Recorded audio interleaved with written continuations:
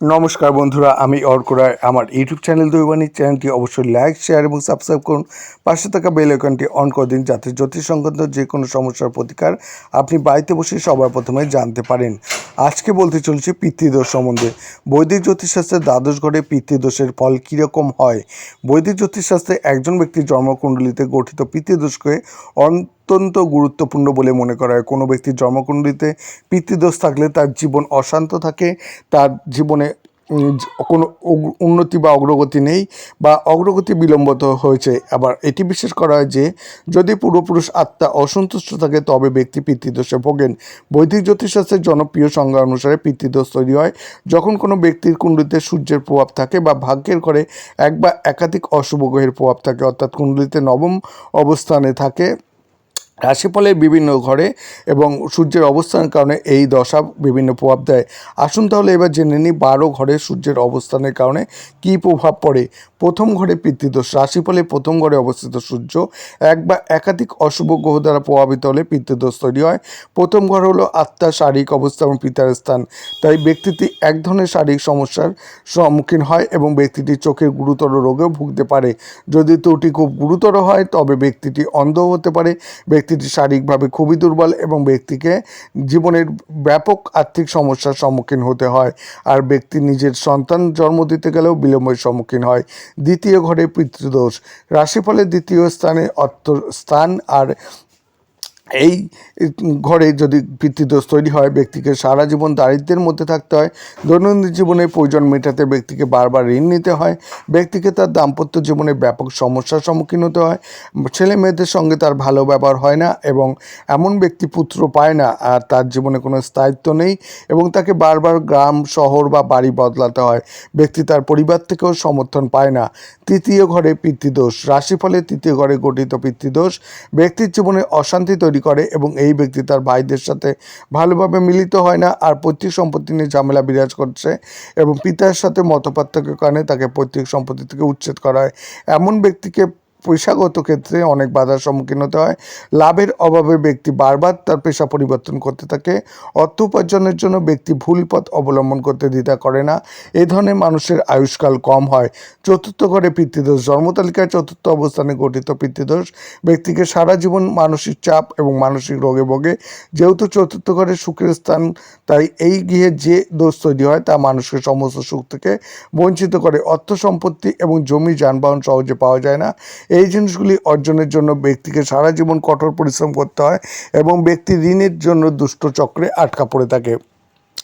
পঞ্চম ঘরে পিতৃদোষ। রাশিফলে পঞ্চম স্থানে সন্তানের ঘর। যদি এই স্থানে পিতৃদোষ থাকে তাহলে সেই ব্যক্তি সন্তান ধারণে বাধার সম্মুখীন হন এবং এমন ব্যক্তি নিঃসন্তান থাকলে অবাক হওয়ার কিছু নেই, কারণ পিতৃদোষের প্রভাবে এসব ঘটে। কোনো দম্পতির সন্তান হলে তা প্রতিবন্ধী এবং মানসিকভাবে দুর্বল হতে পারে। ব্যক্তির আর্থিক অবস্থা অস্থির থাকে এবং ব্যবসা বা চাকরি যাই হোক না কেন তার কোনো স্থায়িত্ব নেই। ষষ্ঠ ঘরে পিতৃদোষ। ষষ্ঠ ঘরে গঠিত পিতৃদোষ শারীরিকভাবে ভালো নয়। ষষ্ঠ ঘরটি রোগের বাড়ি এবং তাই ব্যক্তি শারীরিকভাবে সবচেয়ে বেশি ভোগেন। তিনি কিডনি, হার্ট, ক্যান্সার এবং অন্ত সংক্রান্ত যে কোনো গুরুতর রোগে ভুগতে পারেন। এসব রোগের পিছনেও তাকে বেশি খরচ করতে হয়। ষষ্ঠ ঘরের পিতৃদোষের কারণে ব্যক্তির আদালত, পুলিশ এবং ইত্যাদি বিষয়ে জড়িয়ে পড়তে হয়। আর ব্যক্তির অনেক শত্রু আছে এবং তাকে সর্বত্র ক্ষতি করার চেষ্টা করতে থাকে। আর সপ্তম ঘরে পিতৃদোষ। সপ্তম স্থানটি দাম্পত্য জীবন, দাম্পত্য সুখ এবং যৌন সুখ ইত্যাদির স্থান। আর এই স্থানে গঠিত পিতৃদোষ ব্যক্তির বিবাহিত জীবনে প্রভাব ফেলে। আর যদি এই বাড়িতে সূর্যের সাথে মঙ্গল গ্রহ থাকে তবে অবশ্যই সেই ব্যক্তিকে বিবাহের জন্য দীর্ঘ সময় অপেক্ষা করতে হতে পারে বা ব্যক্তি সারা জীবন অবিবাহিত থাকতে পারেন। এমন ব্যক্তি বিয়ে করলেও পারিবারিক জীবনের সমস্যায় বড় পড়তে হয় আর তার বিয়ে ভেঙেও যেতে পারে। অষ্টম ঘরে পিতৃদোষ। অষ্টম ঘরে গৃহীত পিতৃদোষ ব্যক্তির আয়ু কমে দিতে পারে। ব্যক্তিকে তার জীবনে বহুবার দুর্ঘটনা বা ভয়ানক শারীরিক সমস্যার সম্মুখীন হতে হয়। অনেক সময় মৃত্যুর সমান কষ্ট ভোগ করতে হয়। শত্রুরা বারবার এমন ব্যক্তির ক্ষতি করার চেষ্টা করে। এই বাড়িতে শনির প্রভাবের কারণে ব্যক্তির আর্থিক সমস্যার সম্মুখীন হন। সৃষ্টিশীলতা অর্জন করা কঠিন। যদি এই স্থানে মঙ্গল গ্রহও থাকে তাহলে সেই ব্যক্তি রক্ত সংক্রান্ত কিছু রোগে ভুগে যা থাকেন এবং তার মৃত্যু পর্যন্ত হতে পারে। নবম ঘরে পিতৃ পিতৃদোষ। রাশিফলের নবম ঘরে গঠিত পিতৃদোষ সরাসরি ব্যক্তির ভাগ্যকে প্রভাবিত করে। ব্যক্তির ভাগ্য তার পক্ষে থাকে না, যার কারণে সে জীবনের প্রতিটি ক্ষেত্রে ব্যর্থ হয়। ব্যক্তিকে আর্থিক, শারীরিক, পারিবারিক এবং সামাজিক জীবনে ভয়াবহ কষ্ট ভোগ করতে হয়, আর ব্যক্তিকে ভিখারির মতো বাঁচতে হয়। এমনকি ঋণে ডুবে আত্মহত্যার মতো পদক্ষেপও নিতে হতে পারে ব্যক্তিকে। নবম ঘরে পিতৃদোষের প্রভাবে ব্যক্তির নিঃসন্তান থাকে। দশম ঘরে পিতৃদোষ। রাশির দশম ঘরে পিতৃদোষের উপস্থিতি ব্যক্তির কর্ম ব্যবসায় সবচেয়ে খারাপ প্রভাব ফেলে, কারণ দশম ঘর জীবিকার স্থান এবং এমন ব্যক্তিকে বারবার চাকরি পরিবর্তন করতে হয়।